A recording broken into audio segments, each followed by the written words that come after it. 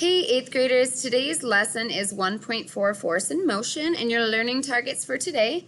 I can describe how frictional forces can either be balanced or unbalanced and how that influences the movement of an object. So we're really going to start looking a little bit more about, all right, last week we looked at unbalanced forces and changing the motion of an object or keeping the velocity constant.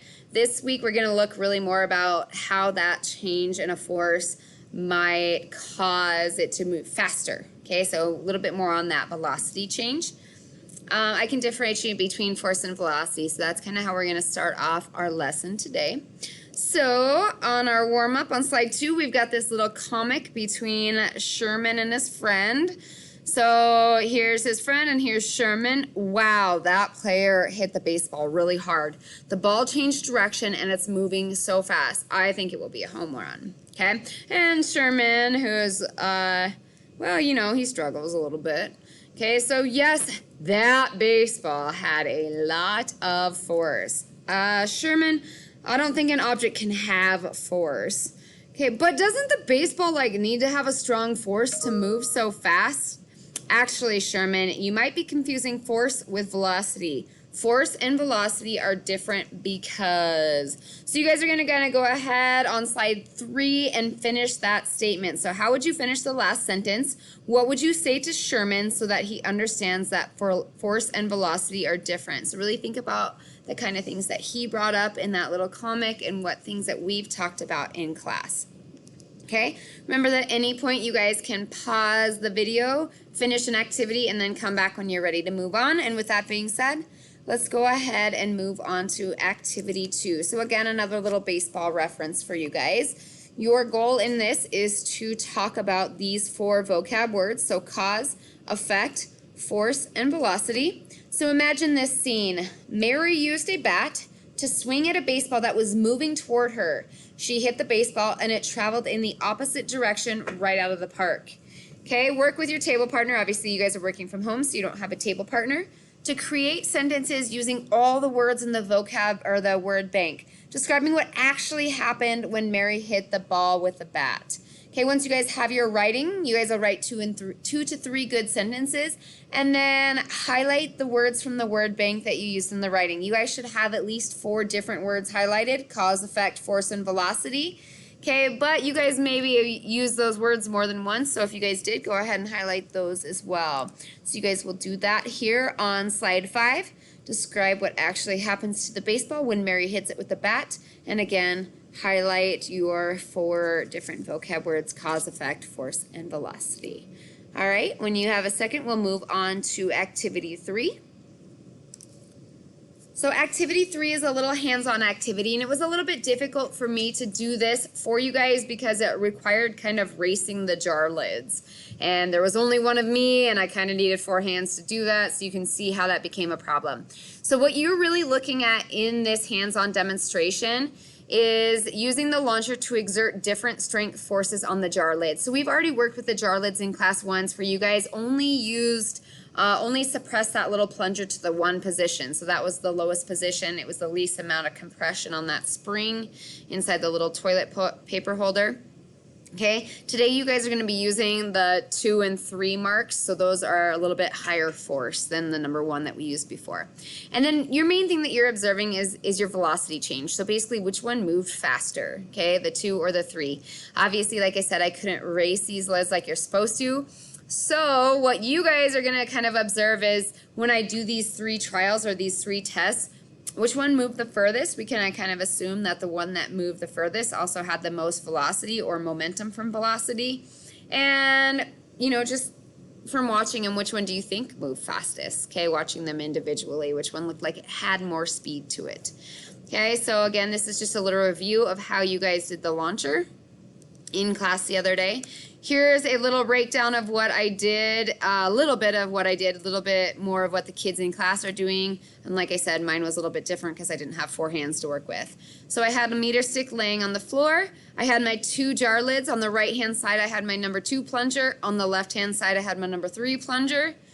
And then I exerted those 2 different forces on each jar lid. Okay, they should have been released at the same time. And again, you could have raced them to figure out how far, how fast they were going, which one kind of beat the other one to the end of the meter stick. But for again this, I couldn't do that for you guys. So again, kind of just look at whichever one traveled the furthest and which one looked like it maybe went a little bit faster. So I did that 3 times. Okay, for this, you guys will need to click this link right here, open that up, and watch this little video. It's about 3 minutes long, and it shows me doing 3 trials. You guys can kind of record your data how you think is best. You can record the distances I talk about, or you guys can just kind of do a visual observation and put which one you think would reach the end of the meter stick the faster, or which one you think moved the fastest. Okay, so your data table for that is right here. So you guys can kind of record your data in here. Trial number 1, again, which jar lid reached the end of the meter stick first. You guys can either use which one traveled the furthest and call that fast, or you guys can kind of make a judgment call on that. And then you're going to answer these 3 questions about your variables in this. Okay, so your first one that you guys are looking at is, what is your independent or manipulated variable? That's the thing that you guys change. So we call it the manipulative because you as scientists are the ones that are changing it. In this case, you watched a video of me doing this. So which one did I change? If we go back to our little setup here, I'll give you a hint. It has something to do with the spring launcher. Okay, think about what we're studying and how that spring launcher can kind of indicate what our independent variable is. Okay, so that's the thing that I changed in each trial. Okay, and then my dependent is, I always like to tell my kids, it's kind of what you're measuring. Okay, what are you guys trying to collect as far as data goes? That's going to be your dependent or responding variable. It's also the effect of this little change that we made up here. Okay, so what's going to be the dependent variable here? And then what's your constant? What's the thing that you didn't change at all throughout all these trials? Again, if we kind of go back to this little image, I'll tell you this, it wasn't the spring launcher. Okay, so think about what else we kept the same in each trial. Okay, once you guys have a chance to talk about your variables, then you can go ahead to use your draw tool to answer these questions. Which mark exerted the stronger force? Was that the 2 mark or the 3 mark, or were they both the same?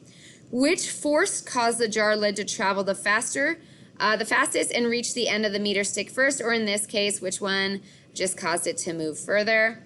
And finally, complete this sentence. When you exert a stronger force in an object, you will see blank change in velocity as compared to exerting a weaker force on the same object. So you guys would either circle a greater change in velocity, a smaller change in velocity, or the same change in velocity as compared to exerting a weaker force. So again, you're comparing putting a stronger force, okay, to a weaker force. What's going to be your change in velocity as far as what it looks like? Okay, moving on to our last little focus for the day, which is friction. Activity 4 is a little article to read, so you guys will right-click that article, open it up, and it's going to take you guys into Amplify. And you guys are going to read this article, Friction, Why Hockey Rinks Are Not Carpeted, if that's not obvious. Okay, so go ahead, take a second, pause this video, read this article. And as you read, look for the answers to these 2 questions, which again should seem pretty obvious to most of you guys. Why does an object that is sliding across carpet slow down? Okay, and compare an object that is sliding across carpet to an object that is sliding across a bare floor. Why is the object quicker to slow down than on the carpet than on the bare floor? Excuse me, when on the carpet than compared to the bare floor. Okay, so why does it slow down faster on the carpet than it does on the bare floor? I know that was kind of weird labeling. I'll fix that.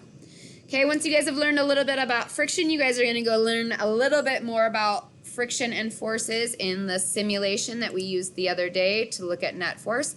So you guys will right-click and open that link up, and it'll take you into the PhET simulation. For today's exploration, you guys are going to go ahead and choose frictional forces.